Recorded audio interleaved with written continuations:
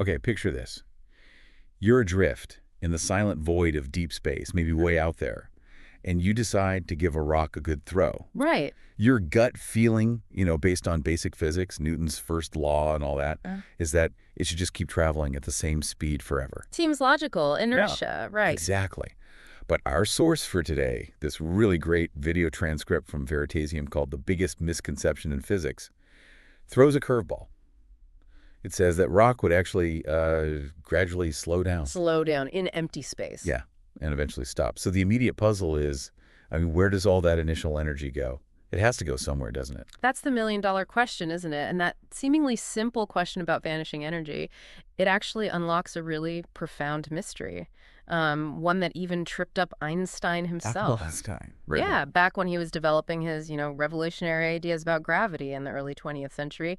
And that's precisely what we're diving into today. Our mission, if you will, is to unravel why a concept as fundamental as energy conservation might not always hold true. And to explore the fascinating journey of how that very counterintuitive idea came to light. And at the heart of this whole story, this intellectual adventure, is a relatively unsung hero of physics. Emmy Noether. Now there. Absolutely crucial. This incredibly gifted mathematician didn't just, fine-tune Einstein's theories. She basically pinpointed a critical flaw in his initial thinking. A fundamental flaw. And in doing so, she fundamentally reshaped how we understand the very fabric of the universe.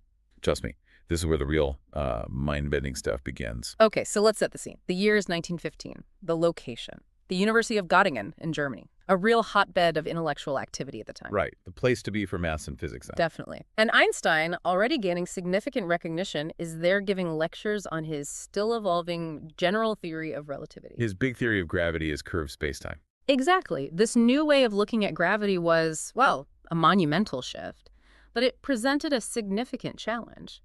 How do you show that the total energy of a system remained constant within this new framework? Right. The transcript highlights Einstein's struggle here. He couldn't quite locate the energy of the gravitational field within his new equations. It was slippery. Was it somehow woven into the very curvature of space-time? Or maybe contained within something called the stress-energy tensor? And the stress-energy tensor, just quickly, that's basically how physicists describe all the energy and momentum packed into a specific region of space-time, right? Precisely. But the familiar idea of gravitational potential energy, it seemed to just vanish. It wasn't easily identifiable in this new mathematical landscape. Okay, so Einstein's a bit stuck on the energy part. He is. And enter David Hilbert, another mathematical giant of the era, who was actually in Einstein's audience in Göttingen. Oh, wow. Hilbert was there. He was.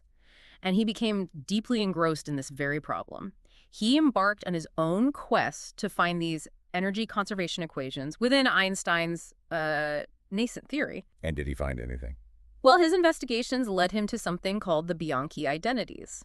These are a set of equations that, yes, did indeed show conservation.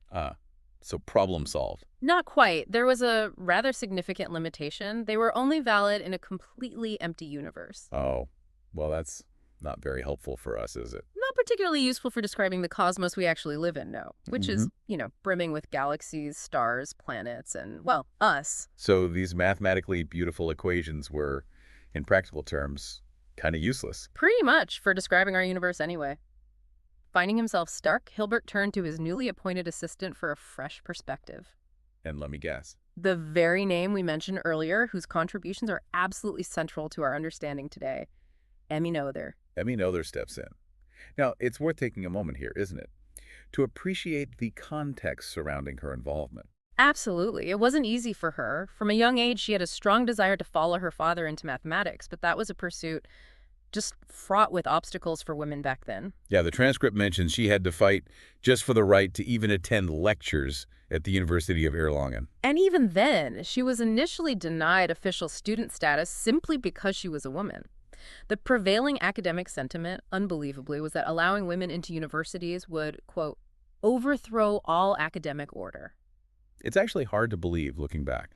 It really is. But despite these formidable barriers, her passion for mathematics just burned bright. She eventually spent a semester at Göttingen back in 1903. Ah, so she knew Göttingen already. She did, and that was a truly pivotal period for her. It's where she was introduced to a revolutionary way of thinking about geometry, looking at it through the lens of symmetry. Symmetry. Okay, let's unpack that a bit. The video transcript explains it really well. It does. Symmetry is a concept we kind of intuitively understand, but it holds surprisingly deep meaning in physics and maths. Think of a perfectly equilateral triangle. Okay, 3 equal sides, 3 equal angles. Right.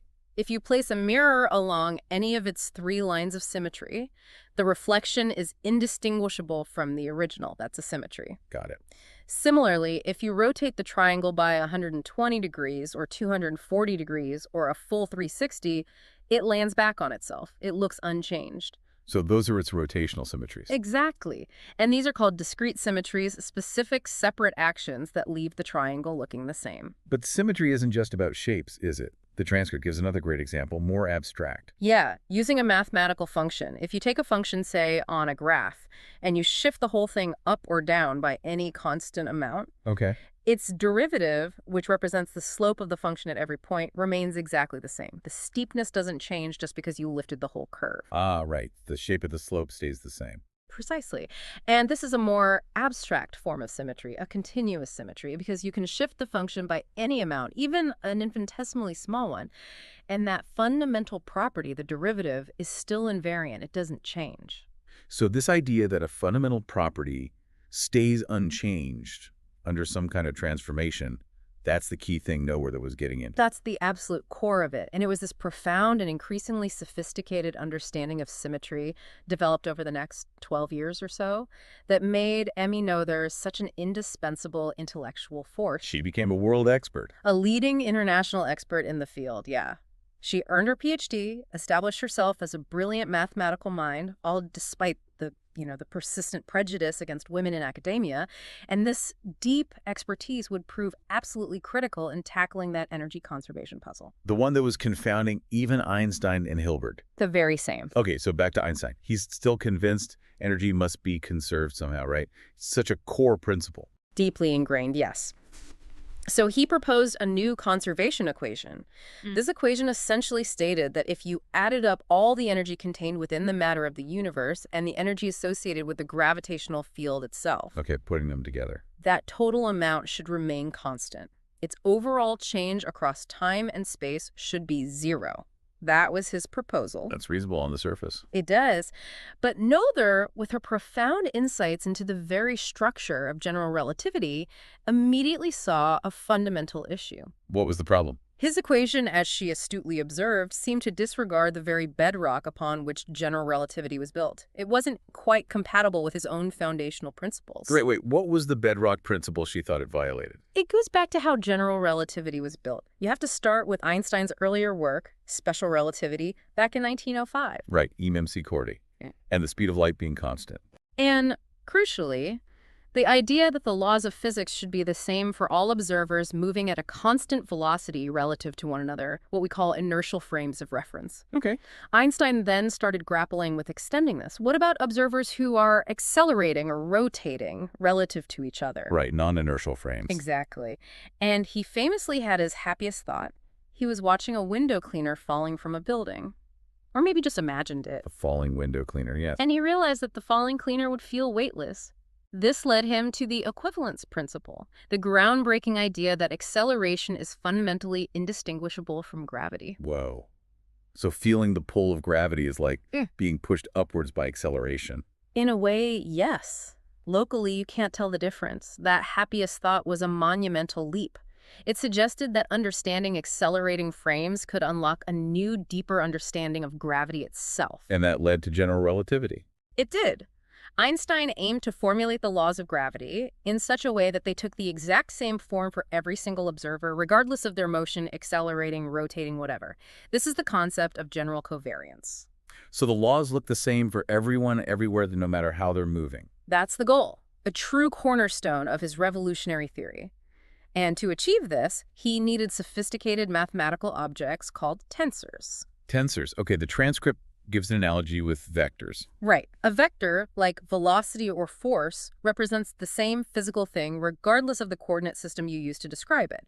Its components, the numbers we use, might change if you rotate your axis, say. Like x, y, z coordinates. Exactly.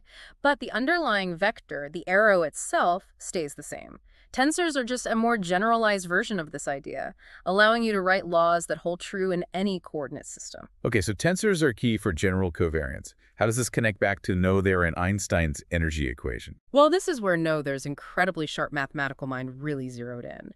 When she carefully examined Einstein's proposed energy conservation equation, Yeah. she noticed that it contained a mathematical object called a pseudotensor. Pseudo, like fake sake. Sort of. As the name subtly suggests, it wasn't quite a true tensor. And the crucial difference was that a pseudotensor doesn't transform consistently when you shift from one frame of reference to another. Uh-oh. What does that mean physically? The implications were pretty huge. It meant the amount of gravitational energy you might calculate in one particular frame of reference, say mine, could completely vanish if you analyzed the very same physical situation from a different but equally valid perspective. Say yours if you were accelerating relative to me. So the energy isn't real. It just depends on how you look. Exactly. It was as if the energy was some kind of illusion dependent on the observer's coordinate system, which fundamentally contradicts the whole idea of a conserved quantity being something, real and objective. Wow. This led Noether to pose a truly profound question. Were general covariance the principle that the laws look the same in all frames, and the conservation of energy, as Einstein had formulated it, simply incompatible? Could you have one or the other, but not both? That was the unsettling question. It's amazing, really. Even Einstein, the genius behind the theory, was grappling with its deepest implications and didn't initially spot this subtle mathematical inconsistency. So how did Noether approach this huge question? She tackled it by going back to basics, looking at the underlying symmetries of the universe. She started with the simplest possible scenario, an empty, static universe. Nothing in it, not expanding, just space. That's Just great. space.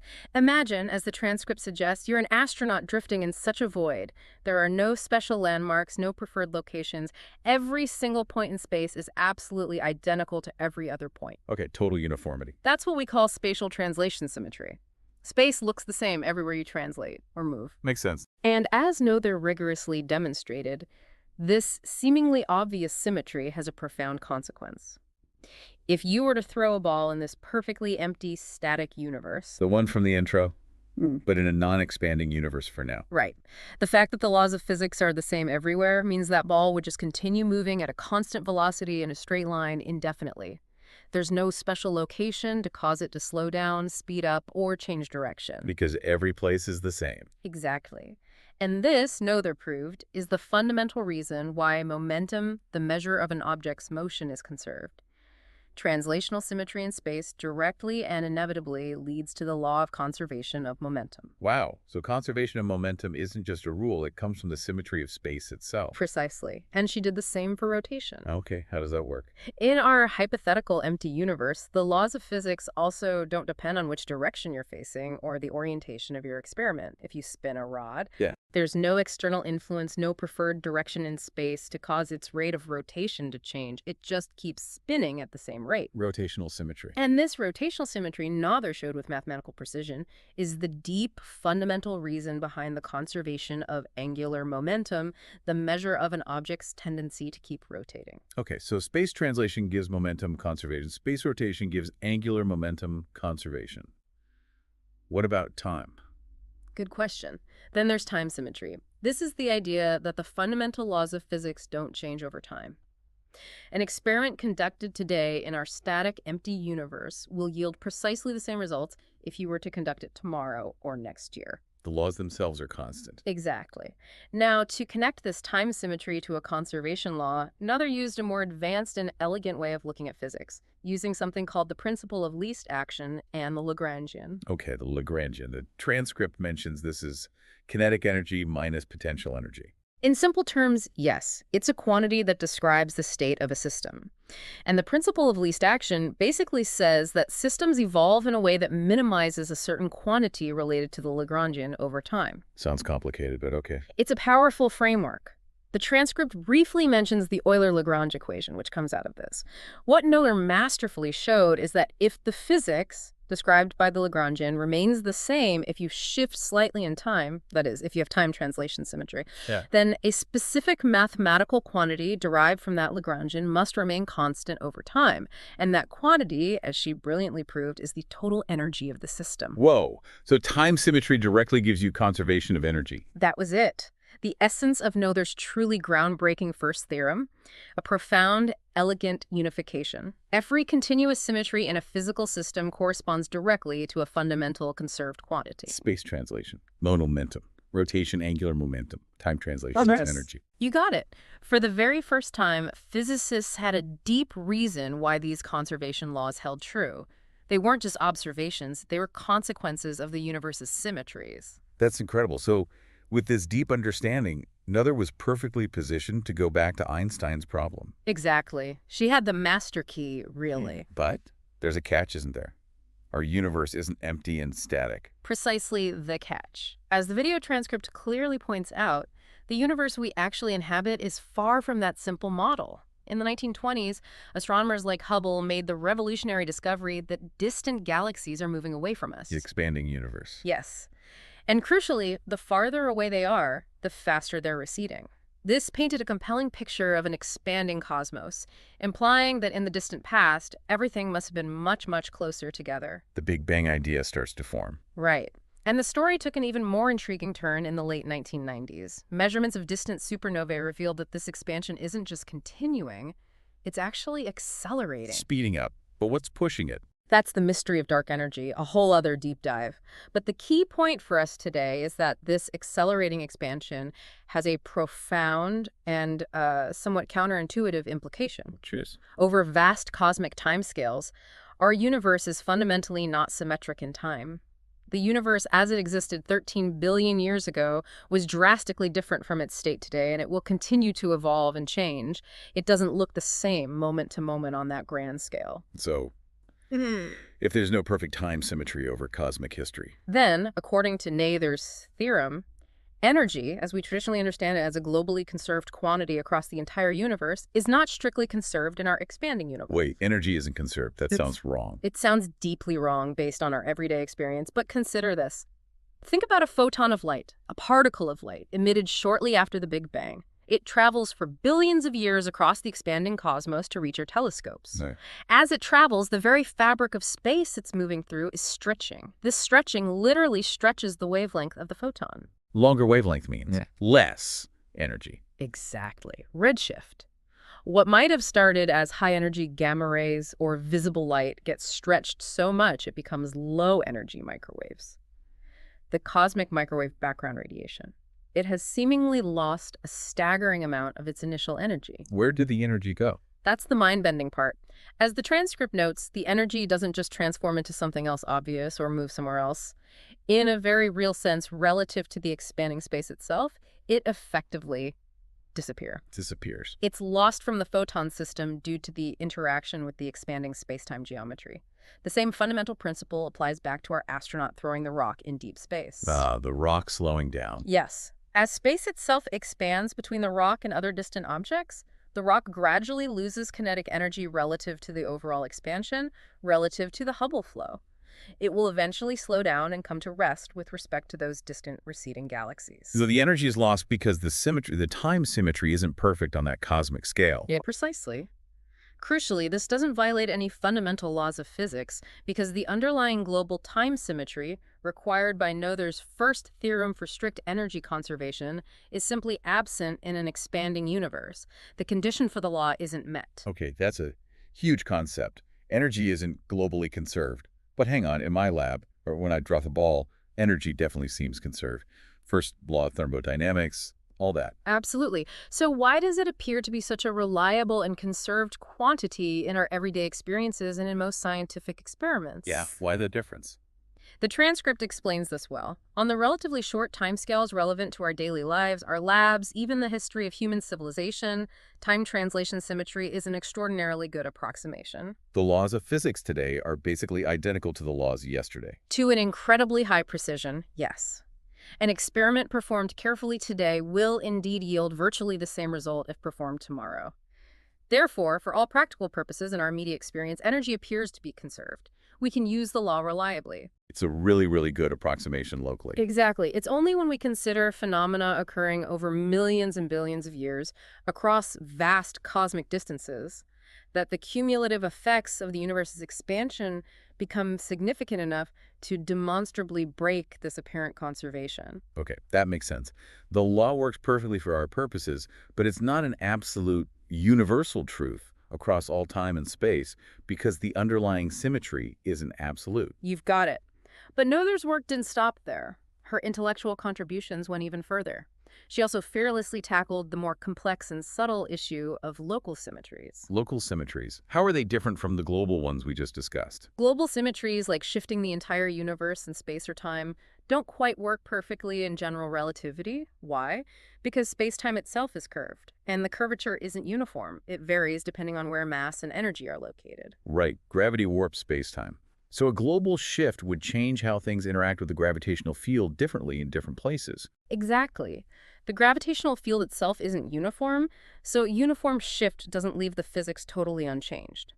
However, Noether recognized that even within this dynamic, curved spacetime, a different, more localized kind of symmetry still holds true. And that is. The principle of general covariance we mentioned earlier, the idea that the fundamental laws of physics should always take the same mathematical form locally, that is, within any sufficiently small region of spacetime. Like a tiny little patch. A tiny patch, yeah. Right. Regardless of the overall motion or gravitational field in that region, you can always transform your coordinates within that small patch, and the fundamental physical laws will look the same. These are local symmetries transformations valid only within limited regions. Okay, so symmetry still exists, but only on a small scale everywhere. That's the idea. And this leads us to Noether's equally profound second theorem. What did the second theorem say? She proved that these local symmetries, unlike the global ones, don't give rise to traditional conservation laws where a single total quantity remains absolutely constant across the whole system. No global conservation law from local symmetry. Mm. Then what do they give? Instead, they give rise to what are known as continuity equations. Continuity equations. The transcript uses that water pipe analogy, right? A very helpful analogy, yes. Imagine water flowing through a pipe. A continuity equation in this context describes how the amount of water within any given section of the pipe changes over time. It relates that change to the amount of water flowing into that section versus the amount flowing out. So water in minus water out equals the change inside the section. No water is magically appearing or disappearing within that bit of pipe. Precisely. It ensures local conservation the water is accounted for within that segment. Okay, how does this apply to general relativity and energy? Noether showed that if we think of very small patches of space-time as our sections of pipe, and we think of the flow of energy and momentum as the water, then energy and momentum are indeed conserved locally within each of these infinitesimally small regions. The continuity equation holds in each patch. Okay, so energy is conserved locally. But what about globally? What happens when you try to add up all the patches? That's where the curvature of space-time comes in again. When we try to piece together these local patches to describe the behavior of the larger universe, the curvature itself acts like cracks or leaks between our sections of pipe. But leaks? Energy can leak out. Effectively, yes. Energy and momentum can leak from the matter and radiation fields, the stuff we usually track, into the gravitational field itself, or vice versa. The total isn't constant within the matter fields alone when you connect curved patches. So the energy seems to disappear from the matter, but it's actually going into changing the curvature, the gravitational field. Exactly. This crucial insight connects directly back to that perplexing pseudotensor issue in Einstein's original energy proposal. Remember the gravitational energy that seemed observer-dependent? Yeah, the pseudotensor thing. Noether's work showed that what looks like energy loss from matter and radiation in a curved region is precisely balanced by a corresponding change in the energy associated with the gravitational field, which the pseudotensor was trying imperfectly to capture. It reflects the dynamic interplay between matter, energy, and the curvature of space-time. Energy can shift between matter radiation and the gravitational field itself. So it's not lost globally. It just changes form and location between matter and gravity in a way that's hard to track with one simple number because of the curvature. That's a good way to put it.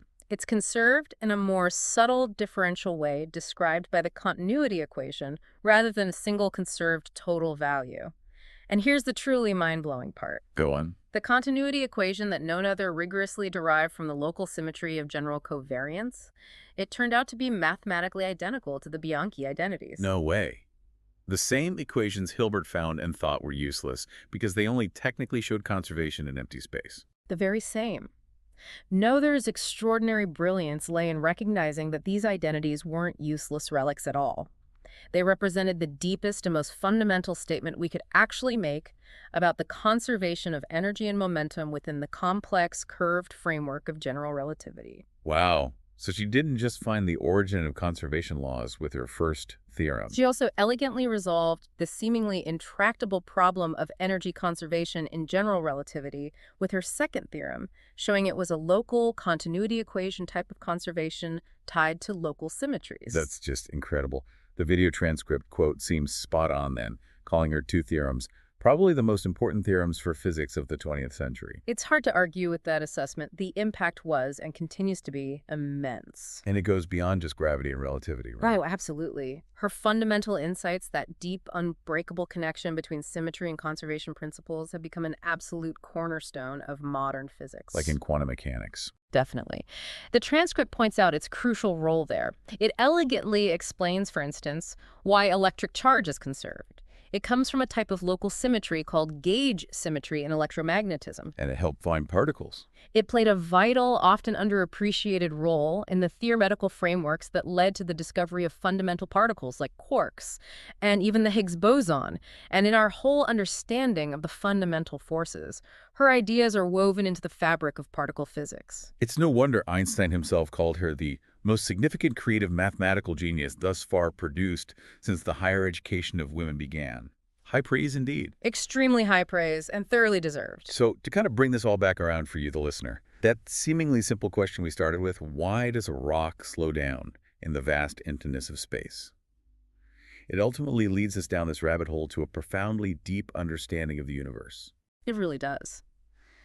Thanks to the revolutionary insights of Emmy Noether, we now recognize that the fundamental conservation laws we often take for granted, like energy conservation, they aren't just arbitrary rules handed down by nature. They're not just how things are. No, they are deep, elegant reflections of the underlying symmetries of the universe itself. Symmetry dictates the laws. And it really makes you stop and think, doesn't it? What we perceive as fundamental and unchanging laws have even deeper origins. And maybe more surprisingly, these rules aren't necessarily absolute everywhere and always. They can manifest in subtly different ways, like the local conservation and general relativity, and they can even appear to break down globally under extreme conditions, like the accelerating expansion of the cosmos affecting energy conservation over billions of years. Which raises a really fascinating final thought for you to chew on. Yeah, if the universe's expansion continues to accelerate, as our current observations strongly suggest it is, what other seemingly fundamental laws of physics might we one day discover are not quite as absolute, not quite as universally applicable as they appear to be on our relatively small local scales? Are there other symmetries that might not be perfect on the grandest scale? What would that imply? It's a powerful and humbling reminder, really. Our understanding of the universe is this constantly evolving, self-correcting process. New discoveries are always challenging and reshaping even our most basic assumptions about reality.